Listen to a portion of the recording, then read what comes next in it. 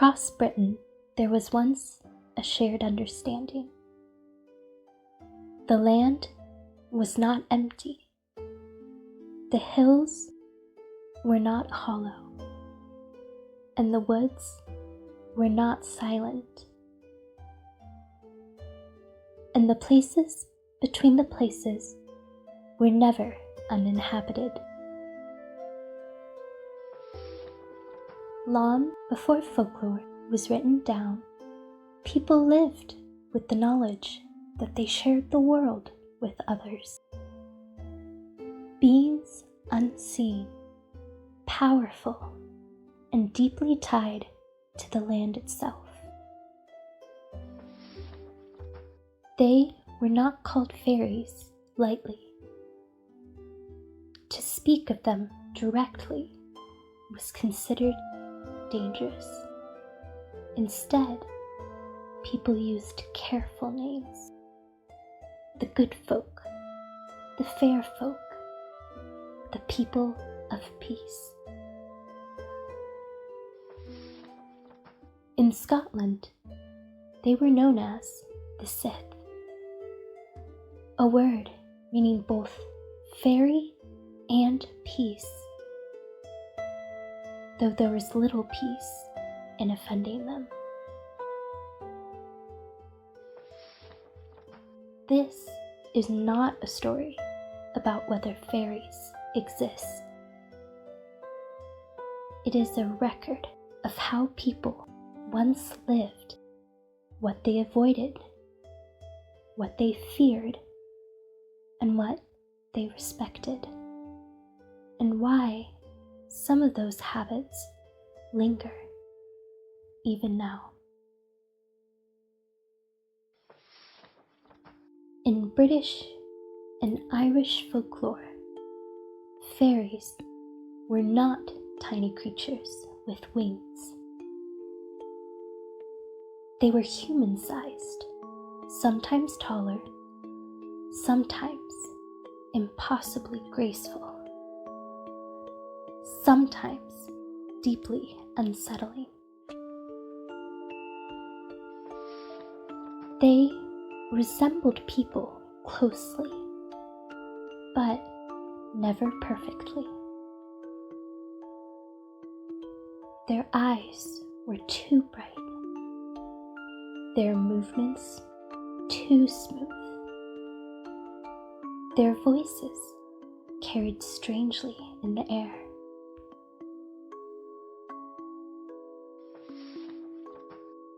They lived parallel lives to humans, with their own customs, hierarchies, and laws. They were not spirits of the dead, though they were sometimes associated with burial mounds. They were not angels, though some believed them to be fallen beings, neither damned nor saved. Most often, they were understood as older than humanity, and they were bound to place. Nowhere in Britain did fairy belief take deeper root than in Scotland. Fairy hills, Sithashin, were ancient burial mounds whose original purpose had long been forgotten. People avoided disturbing them. Farmers refused to plow them. Builders diverted roads around them. Houses were left unfinished rather than risk offense. This was not superstition. It was custom.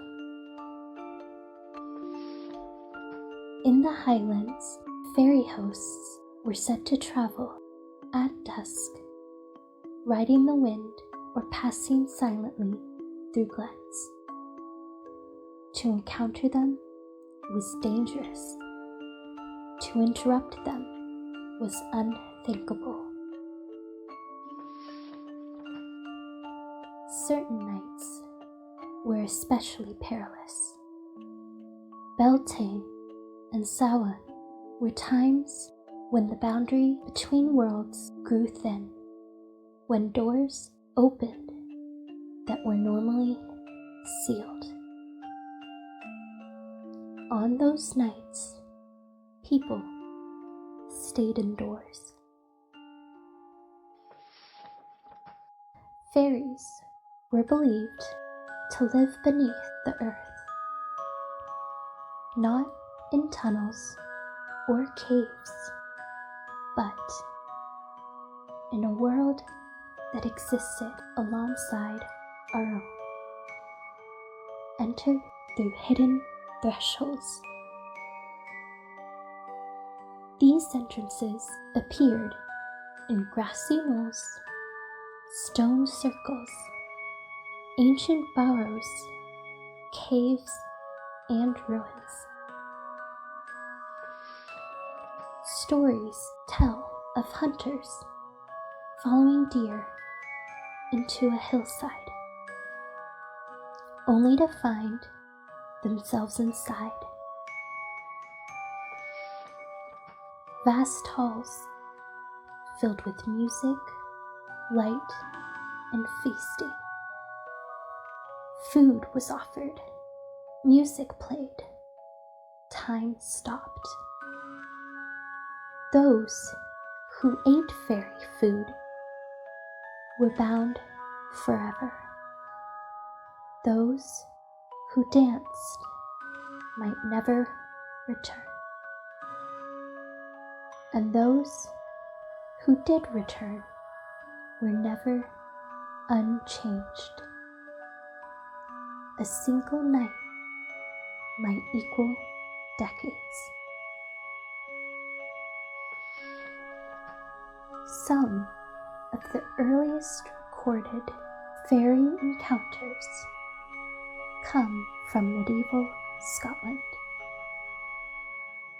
Thomas the Rhymer in the 13th century was said to have been taken by the Fairy Queen beneath the Eldon Hills. He returned 7 years later with the gift of prophecy and the inability to lie. During the early modern period, particularly in Scotland, people openly testified to encounters with fairies during church investigations and witch trials. They spoke of attending fairy courts, of dancing beneath hills, of being carried away against their will. These accounts were not framed as stories. They were given as truth. Fairy society was believed to be structured and hierarchical. At its head stood the Fairy Queen. She was not gentle. She was not cruel. She was absolute.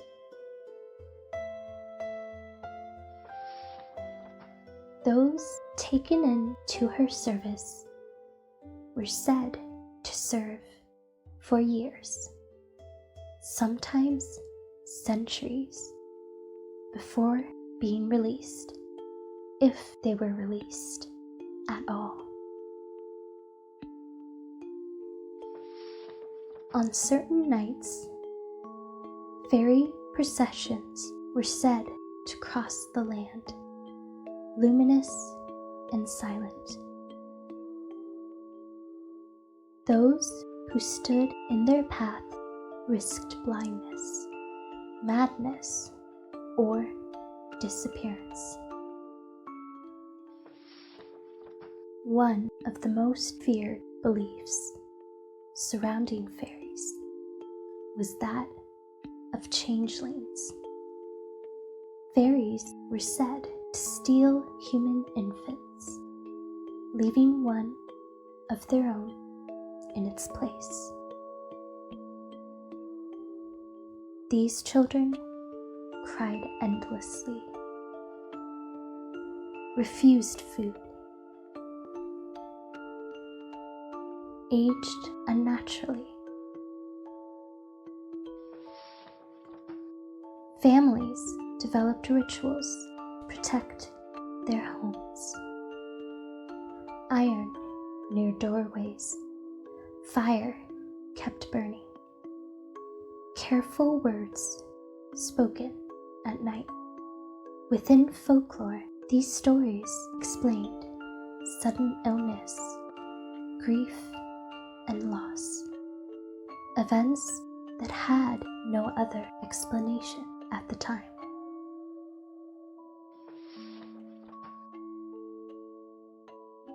Fairies were deeply connected to water.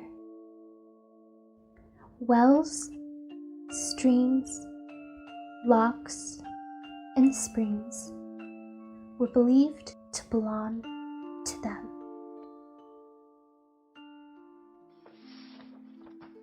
Water spirits appeared as beautiful figures, often women, who lured travelers to their deaths. They were not monsters. They were guardians.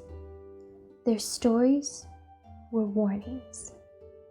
Warnings not to wander alone. Warnings about deep water. Warnings about desire.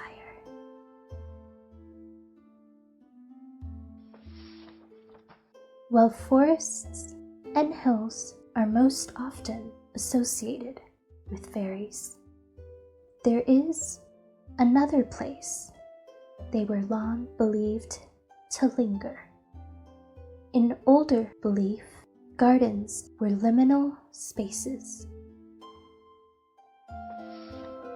places shaped by human hands, but still close to the wild. Not fully natural, not fully controlled. Fairies were said to favor old gardens once people withdrew from them. Places where hedges grew wild, paths faded, and flowers returned to their own rhythms. There was speak of small figures seen at dusk, lights moving low among plants, music heard faintly, then gone. The feeling of being watched while standing among old beds and terraces. In many parts of Britain, people avoided working in gardens at twilight. Children were warned not to play there after dark. Gardens were believed to be places where fairies could pass easily between worlds. When Christianity spread across Britain, fairy belief did not disappear. It adapted. Some believed fairies were fallen angels. Others believed they were ancient beings spared destruction. Ministers preached against fairy customs, but parish records show people continued to leave offerings and avoid fairy ground well into the 18th century. Faith changed. The land did not. When people abandoned castles, abbeys, and villages, fairies were said to move in. If humans left a place behind, it became available. Lights were seen in ruins, music heard in empty halls, footsteps echoed where no one walked. This belief remains embedded in British storytelling even now. By the 19th century, fairy belief was no longer spoken openly. Industrialization reshaped the land. Education reframed explanation.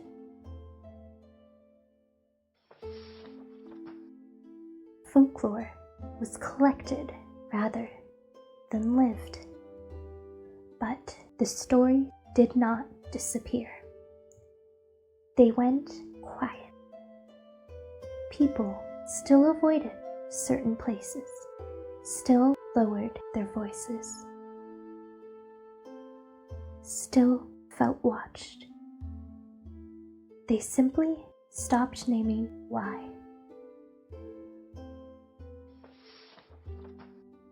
Fairies were never meant to be proven. They were meant to be respected. They taught boundaries. They enforced caution. They reminded people the land was alive.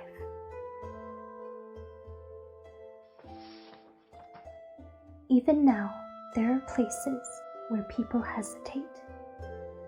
Old gardens, quiet woods, hollow hills.